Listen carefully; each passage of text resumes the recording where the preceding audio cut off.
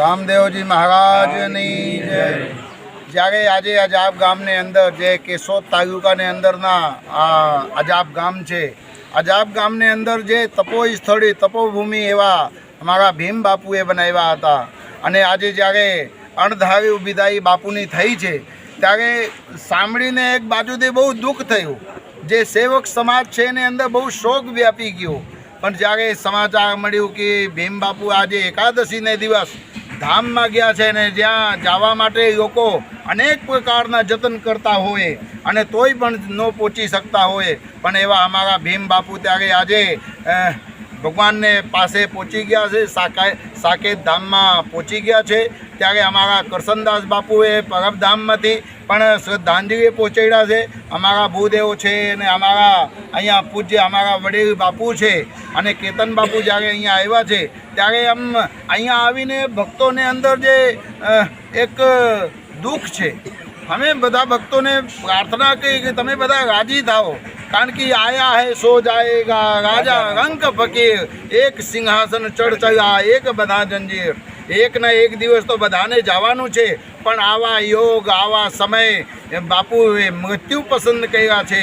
એટલે આમ બાપુની તો ખૂબ મુક્તિ થઈ જ ગઈ છે, કારણ કે સંત મુક્તિ માંગે નહીં, મુક્તિ માંગે સંસાર, સંતન કે દરબાર પર મુક્તિ ભઈ પનિહાર।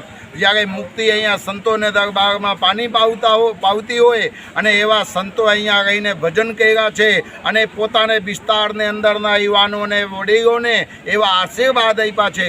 અને હું ખાતરી અપાવું છું કે અજાબ ગામ એક એવા ગામ છે કે આ ગામની અંદર જે પણ કોઈ સાધુ સંત આવ્યા છે, આ સાધુ સંત ગામને સુખ અને સમૃદ્ધિ માટે ભજન કર્યા છે અને અહીંયા સાક્ષાત ભગવાનની હાજરી છે। અને એટલા બધા હજારોને તાદાદમાં ભાવિક ભક્તો જ્યારે અહીંયા આવ્યા હોય ત્યારે બધા શ્રદ્ધાથી બાપુને શ્રદ્ધાંજલિ આપે છે। આવનાર સમયમાં જ્યારે બાપુના ભંડારા પૂજ્ય બાપુ ગુરુદેવ દ્વારા નક્કી કરવામાં આવશે ત્યારે પણ તમને બધાને જાણ કરવામાં આવશે।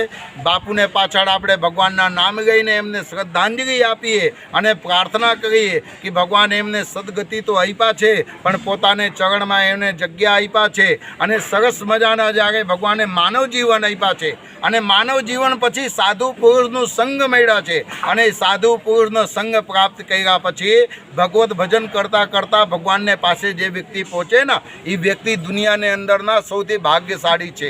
એટલે જ્યારે આવા મૃત્યુ મળી છે પૂજ્ય ભીમ બાપુને ત્યારે મને એક બાજુથી દુઃખ છે, બીજી બાજુથી ખુશી છે કે પૂજ્ય બાપુ જ્યારે એકાદશીને દિવસ અહીંયા પ્રાણ થઈ ગયા છે ત્યારે અમને ભગવાનને પ્રાર્થના કરીને અમે બાપુને આત્માને શાંતિ મળે એવું અમે કહીએ છીએ। અને જે પણ અહીંયા ભાવિક ભક્તો તન મન ધનથી સેવા કરે છે તમે તમારી શ્રદ્ધા અહીંયા વધારે બાંધજો, કારણ કે બાપુની ચેતનાઓ તો અહીંયા ને અહીંયા છે, બાપુની ઉર્જાઓ અહીંયા ને અહીંયા છે અને આ જગ્યા એક એવી ભક્તની જગ્યા છે કે અહીંયા આવીને તમે ફગોઠી વાગીને એક કલાક અડધી કલાક બેઠશો ને તો તમારા બધાના મનોકામના પૂર્ણ થશે। પરબના પીર અમરદેવીદાસ આજે પૂજ્ય બાપુની સમાધિ નિમિત્તે સૌ સંતો અને સેવકગણ ઉપસ્થિત થયા છે। આ એકાદશીના દિવસે તે સ્વધામ પધાર્યા અને આજે એની સમાધિ છે। પૂજ્ય કરશનદાસ બાપુએ શ્રદ્ધાંજલિ ત્યાંથી પાઠવી છે અને બધા સેવક સમાજને હિંમત રાખવાનું ત્યાંથી એનું કહેવામાં આવ્યું છે। અને જે આપણી સનાતનની પરંપરા છે એ પરંપરા અત્યારે સેવક સમાજે સંભાળી લેવાની છે એવો બાપુનો ત્યાંથી આદેશ છે।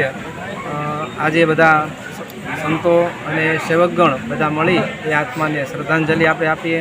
બોલો પરબના